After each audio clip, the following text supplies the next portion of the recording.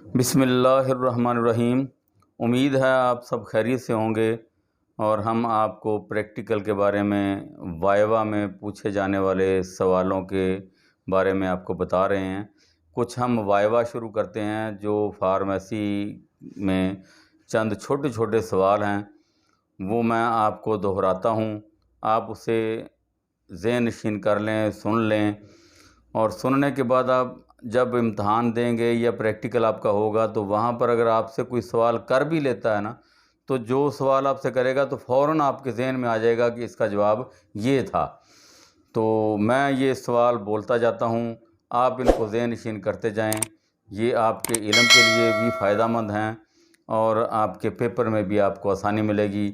और जो दोस्त सप्ली का इम्तहान देने वाले हैं उनके लिए भी ये फ़ायदेमंद हैं, और जो आइंदा इम्तहान देने वाले एनुअल का इम्तहान देंगे उनके लिए तो बहुत ज़्यादा फ़ायदेमंद हैं। तो ये आप सवालों को ज़हन नशीन कर लें, अच्छे तरीके से याद कर लें। यानी वैक्सीन एक एंटीजेनिक तैयारशुदा चीज़ है। वैक्सीन क़ुव्वत मुदाफ़त पैदा करने के लिए इस्तेमाल होती है। इंसानी जिस्म में क़ुव्वत मुदाफ़त बढ़ाने के अमल को वैक्सीन कहते हैं। वैक्सीन नीम मुर्दा और मुर्दा जरासीम से तैयार की जाती है। वैका का मतलब है काओ यानी गाय। बीमारी आने से पहले बचाव के लिए जो वैक्सीन दी जाती है उसे बीमारी आने से पहले बचाव कहते हैं, यानी हिफ्ज़ मात कदम। अगर बीमारी पैदा हो जाए तो इससे बचाव के लिए जो खुराक दी जाती है वो कहलाती है थेराप्यूटिक। वैक्सीन जरासीम से तैयार की जाती है और सीरम खून से हासिल किया जाता है। वैक्सीन में जरासीम मुर्दा, ज़िंदा और कमज़ोर होते हैं, जबकि सीरम में क़ुव्वत मुदाफ़त तैयार हालत में होती है। वैक्सीन के ज़रिए क़ुव्वत मुदाफ़त आहिस्ता पैदा की जाती है। सीरम में तैयारशुदा क़ुव्वत मुदाफ़त जिस्म में दाखिल की जाती है। ऐसी वैक्सीन जिसमें ज़िंदा जरासीम होते हैं उनकी मिसाल येलो फीवर वैक्सीन है। ऐसी वैक्सीन जिसमें मुर्दा जरासीम होते हैं उनकी मिसालें फ्लू, हैज़ा, हेपेटाइटिस ए है। जानदार में होने वाली कीमियाई तब्दीलियों और कीमियाई अमल को मेटाबॉलिज्म कहते हैं। अगर मेटाबॉलिज्म में सादा मादे मिलकर पेचीदा मरकब बनाएं तो इसे एनाबॉलिज्म कहते हैं। अगर मेटाबॉलिज्म में पेचीदा मादे टूटकर सादा मादों में तब्दील हो जाएं तो इसे कैटाबॉलिज्म कहते हैं। कैटाबॉलिज्म की मिसाल ग्लूकोज का टूटना है जिसमें तवानाई खारिज होती है। कार्बोहाइड्रेट्स पौधों में एक ख़ास अमल नूरी अमल के नतीजे में पैदा होते हैं। जानदारों में तवानाई का बड़ा ज़रिया कार्बोहाइड्रेट्स हैं। कार्बोहाइड्रेट्स को सैकराइड भी कहते हैं। मोनोसैकराइड सादा शक्कर के एक मॉलिक्यूल पर मुश्तमिल होता है। मोनोसैकराइड्स की मिसालें ग्लूकोज, राइबोज, मैनोज है। अंगूर और खजूर में ग्लूकोज बेतहाशा होती है। सुक्रोज चीनी में कौन से दो मोनोसैकराइड्स होते हैं? ग्लूकोज और फ्रैक्टोज। माल्टोज में कौन से दो मोनोसैकराइड होते हैं? Glucose plus glucose. लैक्टोज में कौन से दो मोनोसैकराइड होते हैं? Glucose plus galactose. चिकनाई, लिपिड और फैट्स नामियाती मरकबात हैं जो फैटी एसिड, अल्कोहल और दूसरे मरकबात से मिलकर बनते हैं। ऐसे फैटी एसिड्स जिनमें डबल बॉन्ड्स हों उसे सैचुरेटेड फैटी एसिड कहते हैं।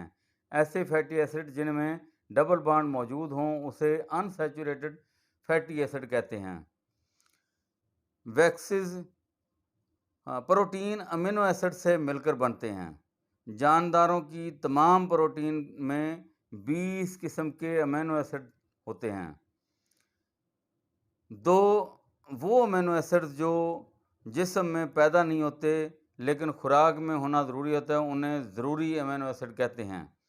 वो अमीनो एसिड जो जिस्म में पैदा होती है लेकिन खुराक में होना ज़रूरी नहीं, वो गैर ज़रूरी अमीनो एसिड कहलाते हैं।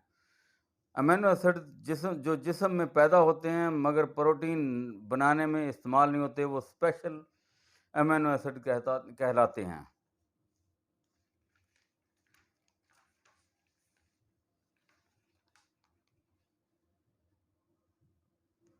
DNA deoxy ribo nucleic acid DNA का मुखफ़फ़ है। राइबो न्यूक्लिक एसिड आरएनए का मुखफ़फ़ है। चंद अहम अमीनो एसिड के नाम एलानीन, लाइसीन, सेरानीन है। कोलाइडल निज़ाम की मिसालें बयान करें। कोहर, धुंध, धुआं, बादल वगैरह। कोलाइड्स की दो इकसाम इरिवर्सेबल और रिवर्सेबल हैं। शेड्यूल जी की अद्वियात मेडिकल स्टोर में फ़रोख्त नहीं की जा सकती। शेड्यूल जी की अद्वियात की लिस्ट पंजाब ड्रग रोल्स 2007 में दी गई है। शेड्यूल जी की अद्वियात में 15 मुख्तलिफ ग्रुप्स की अद्वियात हैं। इम्तहान फार्मेसी असिस्टेंट में पेपर ए 3 हिस्सों पर मुश्तमिल है। पेपर ए के 3 हिस्सों के मज़ामीन जनरल फार्मेसी, नबाताती अद्वियात, हस्पताल फार्मेसी है। और पेपर बी में भी 3 हिस्से होते हैं। पेपर बी के 3 हिस्सों में फार्माकोलॉजी, फार्मास्यूटिक्स और फार्मास्यूटिकल केमिस्ट्री होती है। राना टगरीना किसका नाम है? राना टगरीना मेंढक को कहा जाता है। जनरल फार्मेसी में हम मेडिकल स्टोर की तंजीम, मनसूबाबंदी और अद्वियात बनाने बेचने के जनरल उसूल का मुताला करते हैं। फार्मेसी का फ्रंट कम अज़ कम 8 फुट होना ज़रूरी है। फार्मेसी के बोर्ड का रंग सब्ज़ होता है। मेडिकल स्टोर के बोर्ड का रंग नीला होता है।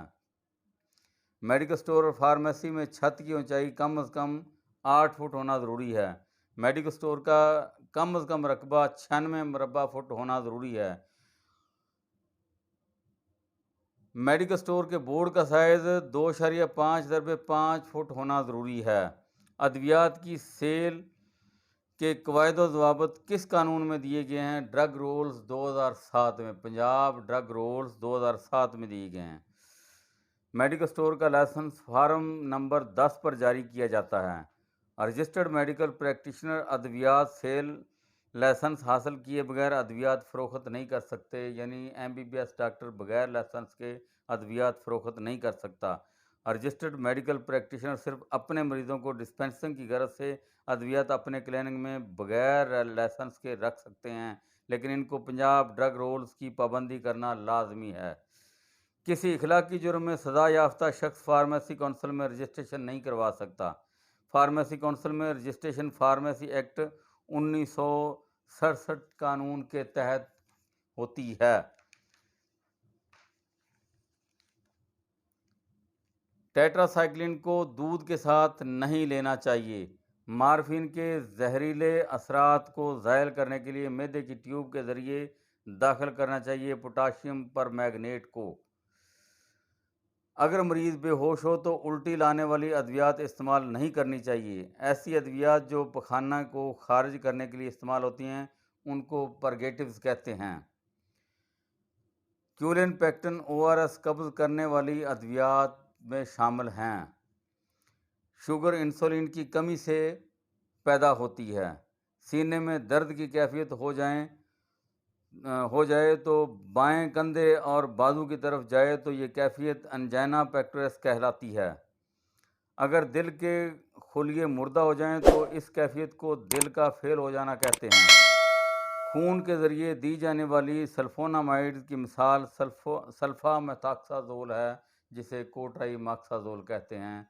ये चंद चीज़ें थीं जो आपके गोशगुजार करना थी, वो मैंने आपको पढ़ के सुना दी हैं। आप इनको अगर याद कर लेंगे तो इंशाल्लाह आपका वाइवा जो कमी रह गई थी वो भी मुकम्मल है।